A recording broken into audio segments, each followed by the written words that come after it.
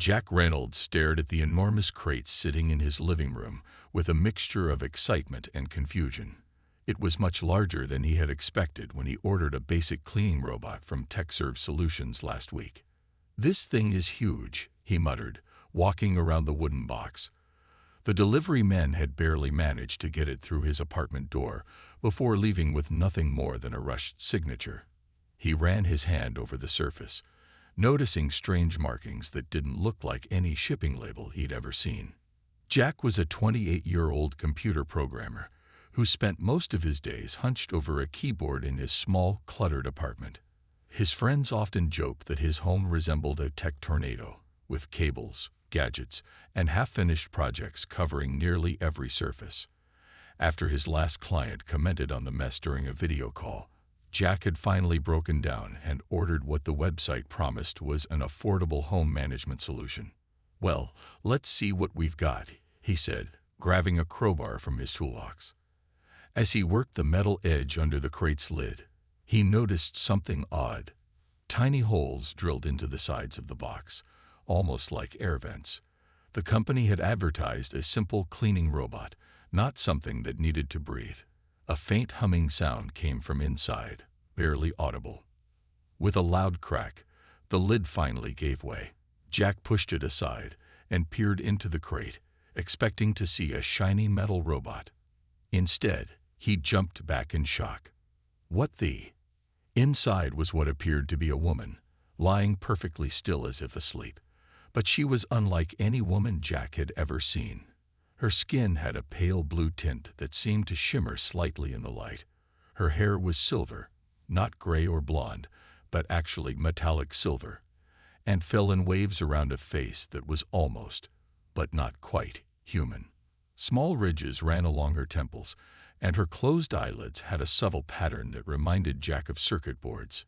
"This has to be some kind of joke," he whispered, cautiously moving closer. "Or maybe a really advanced android." The figure was dressed in a simple gray jumpsuit with no logos or markings. Jack reached out a trembling hand and touched her arm. It felt warm and soft, not plastic or metal as he had expected. "Hello," he said nervously. "Are you on?" Just as he was about to reach for his phone to call customer service, the woman's eyes fluttered open. Jack gasped and stumbled backward, knocking over a stack of tech magazines. Her eyes were the most startling feature yet.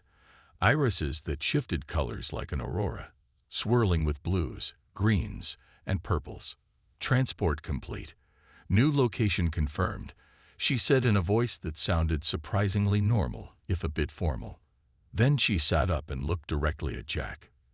"You are not my expected contact."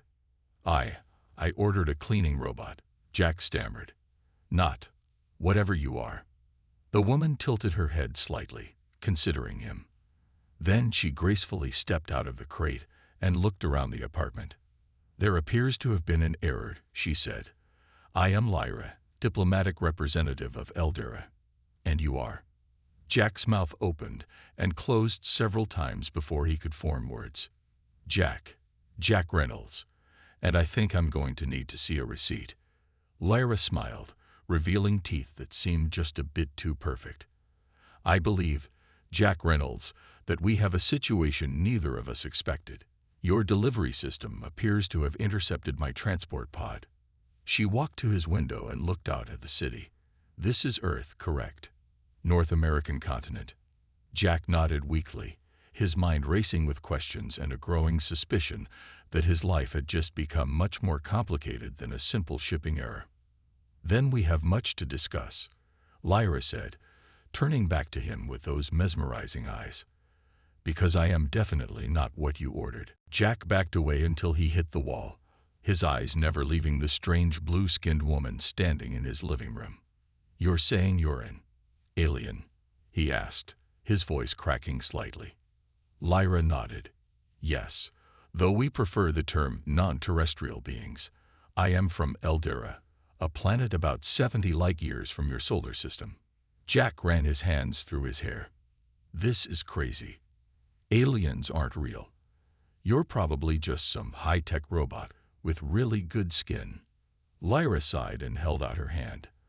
A small potted plant on Jack's windowsill suddenly lifted into the air and floated across the room, stopping to hover between them. "Is this proof enough?" she asked. "Or would you prefer something more dramatic?" Jack stared at the floating plant, his mouth hanging open. "How are you doing that?" "All Eldorans have some telekinetic ability. It's as natural to us as your ability to taste or smell." She gently set the plant down on the coffee table. "I understand this is shocking for you. Your species isn't officially part of the Galactic Council yet." Jack sank down onto his couch. "So why are you here? Are you invading or something?" Lyra laughed, a surprisingly musical sound. "No, nothing like that. I was supposed to meet with a small group of Eldoran researchers who have been living on Earth for the past 20 years. My transport pod was damaged entering your atmosphere, and somehow ended up in your human distribution system." She walked around the apartment, examining Jack's collection of computer equipment with obvious interest. "You work with information systems?" she asked, pointing to his 3-monitor setup. "I'm a programmer," Jack said automatically, still trying to process everything. "Wait, how do you even speak English?" Lyra touched a small metallic device behind her ear that Jack hadn't noticed before. "Universal Translator. It analyzes brain patterns and language structures. I could speak to any species in the galaxy with this." Jack stood up slowly, his curiosity beginning to overcome his fear. "So what happens now? Are your people coming to get you?"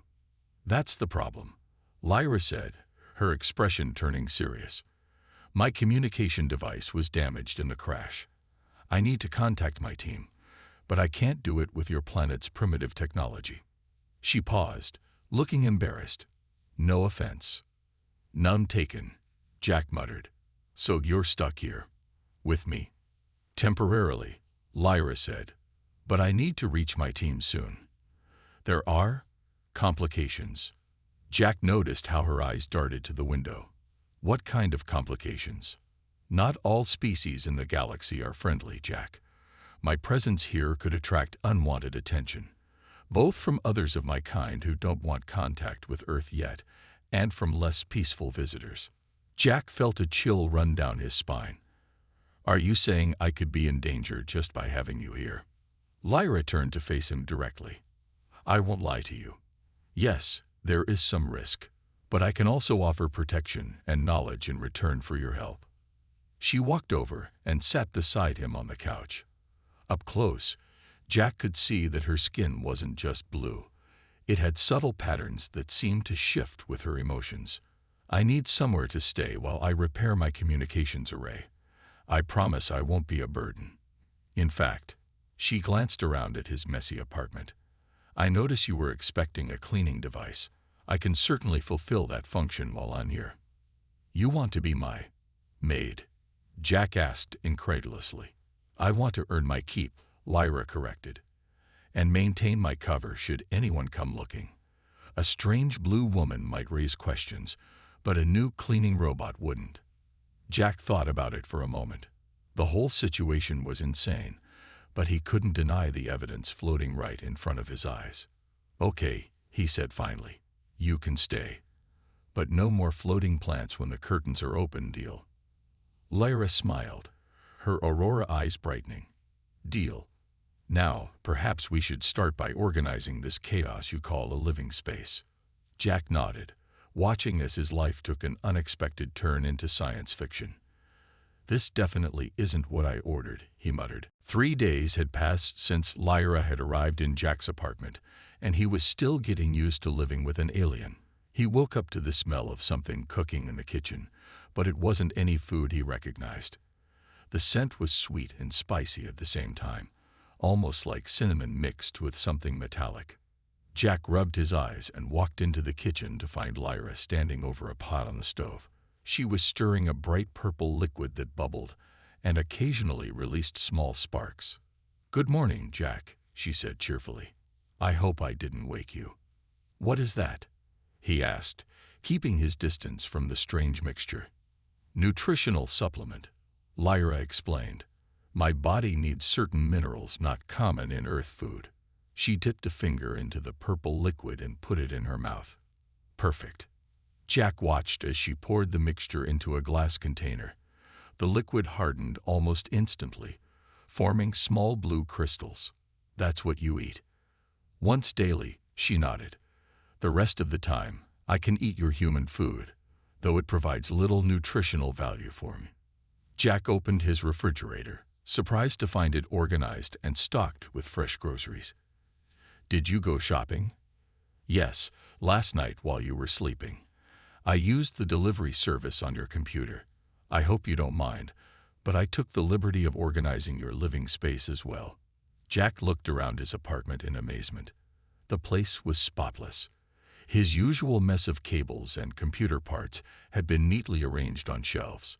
His laundry was folded. Even his collection of programming books was organized alphabetically. This would have taken me weeks, he said. Eldorans are efficient, Lyra replied with a slight smile. Besides, I don't need as much sleep as humans. Only about 3 hours per night. Jack sat down at his kitchen table, where a cup of coffee was waiting for him. So what do you do all night while I'm sleeping? Working on my communication device, she said, pointing to a small metallic object on the counter that looked like a cross between a cell phone and a crystal, and learning about your world through your internet. Fascinating information system, though quite disorganized. Jack sipped his coffee, which was prepared exactly how he liked it. Have you managed to contact your people yet? Lyra's expression fell. Not yet. The damage is more extensive than I thought. I need certain materials that are difficult to find on your planet. Just then, a small plant pot on the windowsill began to float, rising several inches before Lyra noticed and quickly set it back down. Sorry, she said. That happens sometimes when I'm frustrated. Jack was about to respond when his work laptop chimed with an incoming video call. That's my boss, he said, suddenly panicked. You need to hide. Why? Lyra asked calmly. I am your new cleaning robot, remember? Before Jack could argue, she grabbed a cloth and began wiping down the kitchen counter, keeping her face partly turned away from the laptop camera.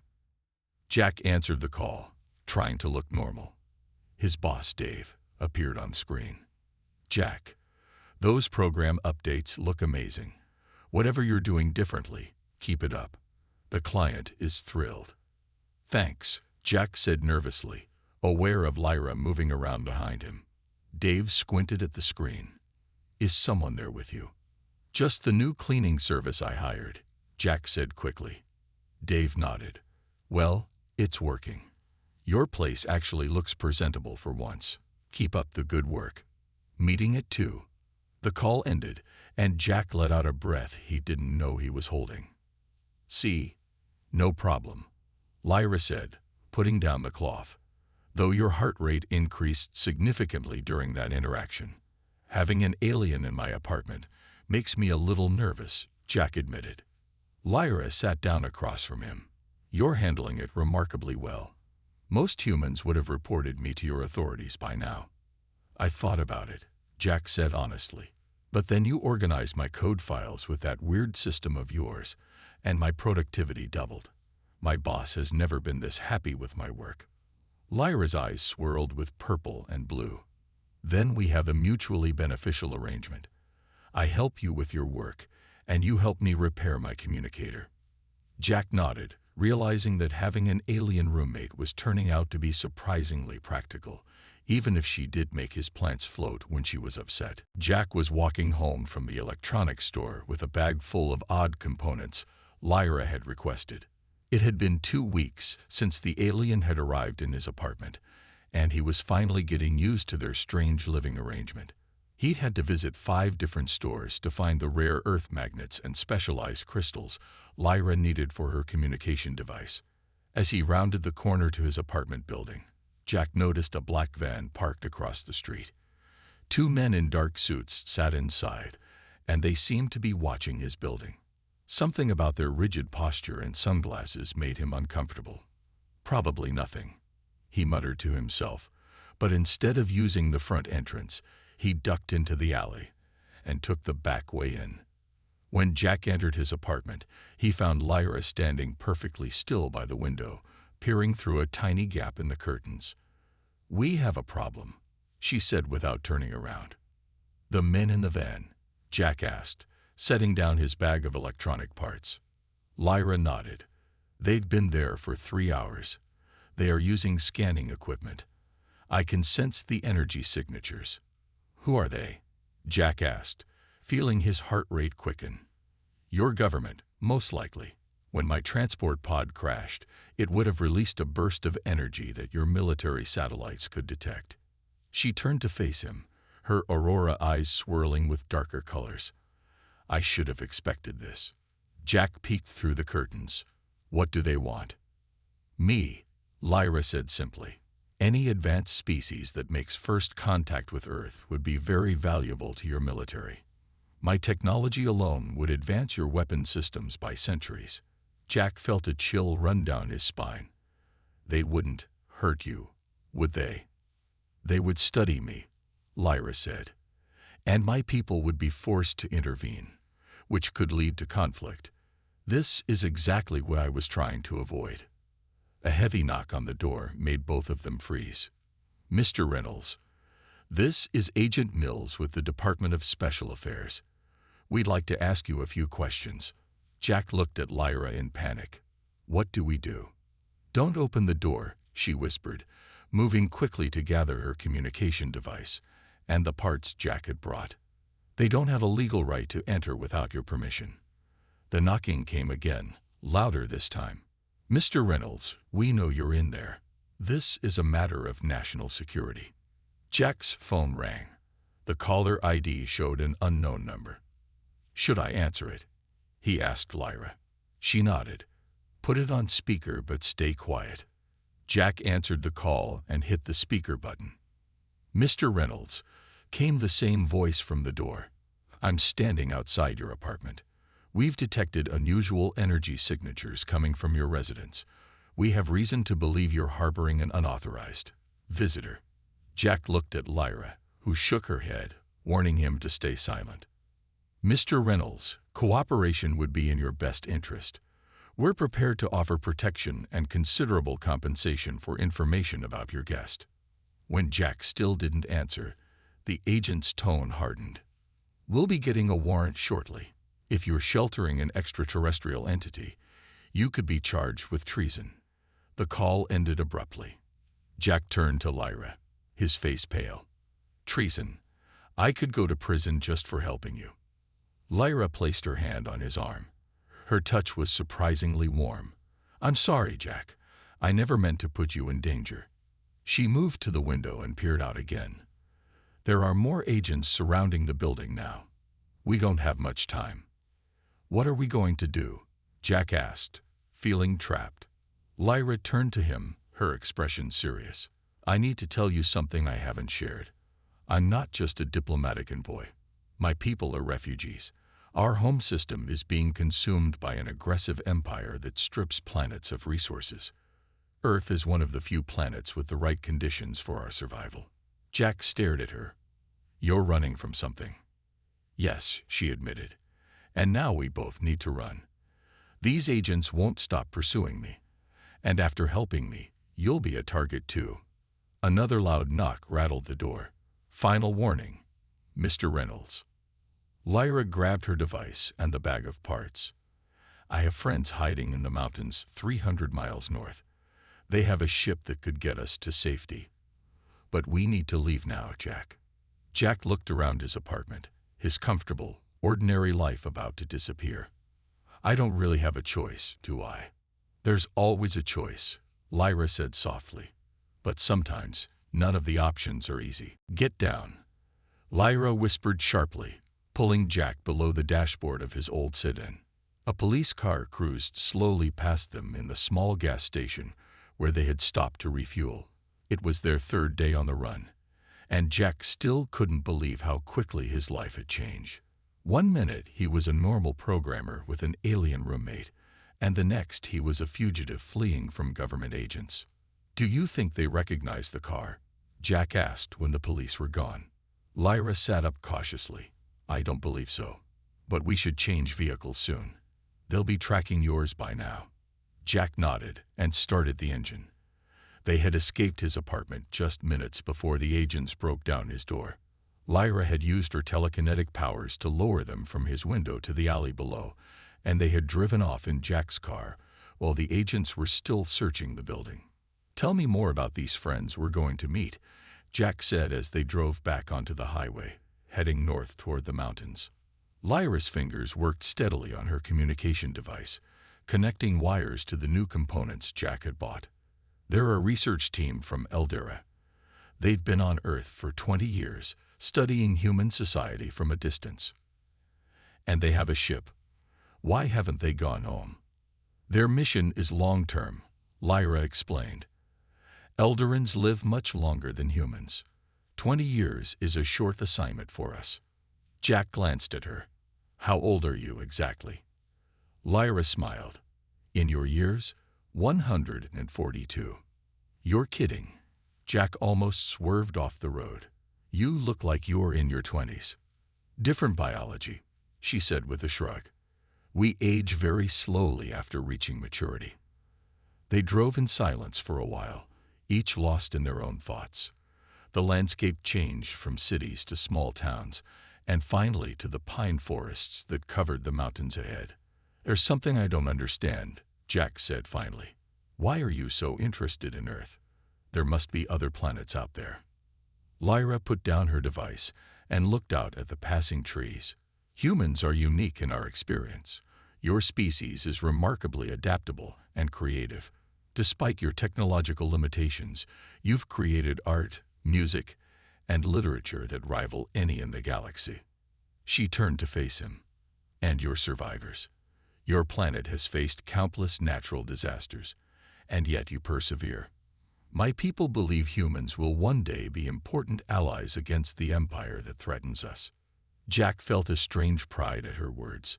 "So we're not just some primitive species to you." "Far from it," Lyra said. "We've been watching Earth for centuries. That's why it's so important that first contact happens properly, not through a military capture." A beeping sound came from Lyra's device. She picked it up excitedly. "It's working. I've made contact with the research team. They're sending coordinates." Jack felt relieved for the first time in days. Maybe they would make it after all. His relief was short-lived. In the rearview mirror, he spotted two black SUVs gaining on them quickly. "We've got company," he said, pressing down on the accelerator. Lyra turned to look behind them. "Agent Mills. He's persistent.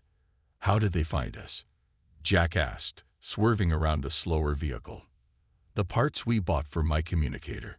Some of them must have been flagged in their system." The SUVs were getting closer. Jack's old car wasn't built for speed, and they were heading into mountain roads with sharp turns and steep drops. "What do we do now?" he asked, knuckles white on the steering wheel. Lyra's eyes swirled with colors as she concentrated. Suddenly, a large tree branch fell across the road behind them, forcing the pursuing vehicles to slam on their brakes. "That will only slow them down temporarily," she said. "The research station is in a valley 30 miles ahead. If we can reach it, their ship's cloaking field will hide us." Jack pushed his car to its limits, navigating the winding mountain roads while Lyra monitored the pursuit on her device. "Jack," she said softly, "I never meant for you to give up your whole life for me." He glanced at her, taking in her worried expression. Despite the danger, he realized he didn't regret his decision. "Sometimes," he said, echoing her earlier words, "the best things in life aren't what you ordered." The hidden valley appeared before them as Jack steered his car around a final bend in the mountain road. Nestled between towering pine trees was a small clearing with what looked like an ordinary cabin. But as they approached, the air around the structure seemed to shimmer and bend. "Is that it?" Jack asked, slowing the car. Lyra nodded. "The cloaking field disguises their research station. To most humans, it appears as a simple wooden structure." Jack parked the car behind some trees, and they walked toward the cabin. As they got closer, the image wavered and revealed its true form. a sleek silver building with curved walls and no visible windows. "We must hurry," Lyra said, looking back at the road they had just traveled. "Agent Mills won't be far behind." A section of the wall slid open as they approached. Inside stood two figures with the same blue skin as Lyra, though their facial features were slightly different. One was tall with angular features, while the other was shorter with markings along the neck. "Lyra, we feared you were lost," said the taller one, stepping forward to greet her with a touch of foreheads. "Next tall, this is Jack," Lyra introduced. "He has helped me escape capture by Earth authorities. He risked everything to bring me here." The two Eldorans studied Jack with curious eyes that swirled with colors much like Lyra's. "A human ally," said Tal, the shorter one.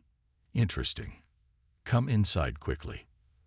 They led Jack and Lyra through corridors lined with strange plants and glowing panels until they reached a central room dominated by a large circular table. Floating above it was a three-dimensional map of the surrounding mountains. "Agent Mills and his team are here," Nex said, pointing to several red dots moving along the mountain road. "They will reach us in approximately 40 minutes. "The ship?" Lyra asked urgently. Tal gestured to another display, showing what appeared to be a spacecraft hidden beneath the structure. "Ready, but damaged. The communication array was destroyed in the same solar flare that disrupted your transport pod. We cannot call for extraction." "But I've been working on a repair," Lyra said, holding up her device. "With the parts Jack helped me collect, we might be able to fix it." The Eldorans moved quickly, taking Lyra's device and connecting it to their systems. Jack watched, feeling suddenly out of place among these advanced beings.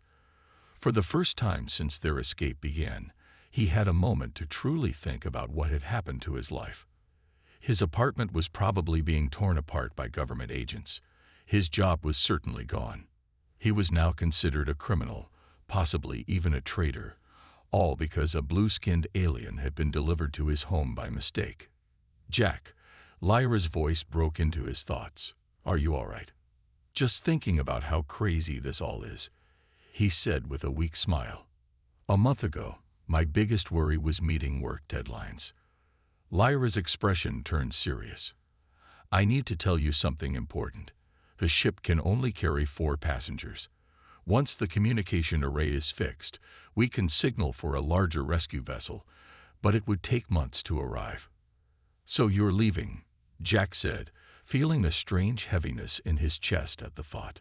"We must," she said, "but there's a choice to be made." She hesitated, then continued. "We have room for you, Jack. You could come with us to Eldera." Jack stared at her in shock. "Leave Earth? I can't just." "If you stay, Agent Mills will find you," Tal said bluntly. "Your government believes you have knowledge of alien technology. They won't stop looking." A loud alarm suddenly blared through the station. Nex rushed to the display. "They found us sooner than expected. They have energy detection equipment." Lyra grabbed Jack's hands.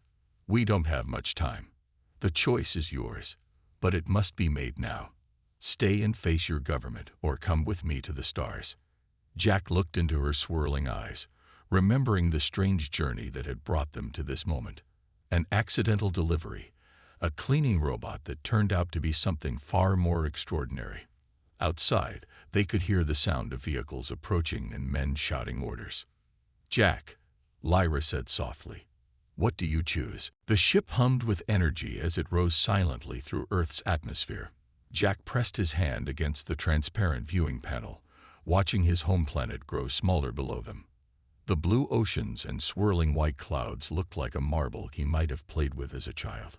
"Having second thoughts?" Lyra asked, coming to stand beside him. Jack shook his head.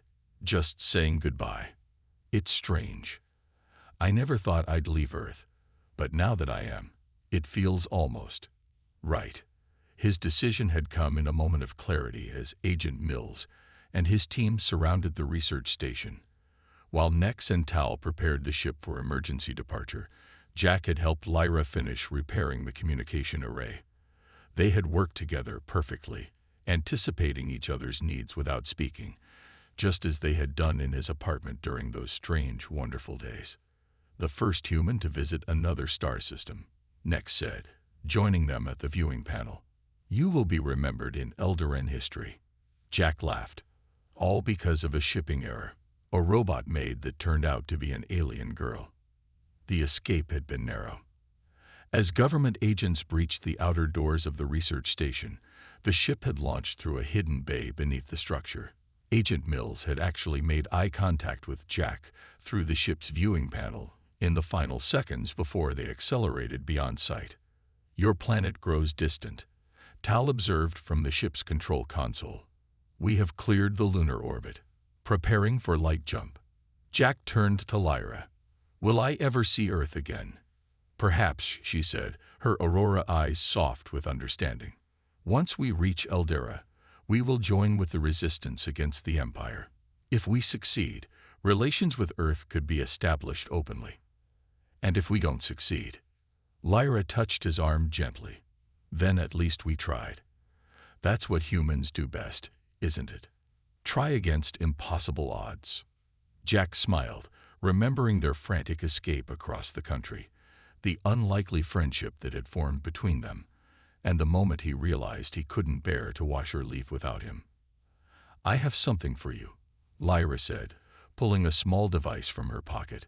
It was his old phone, modified with crystals and alien technology.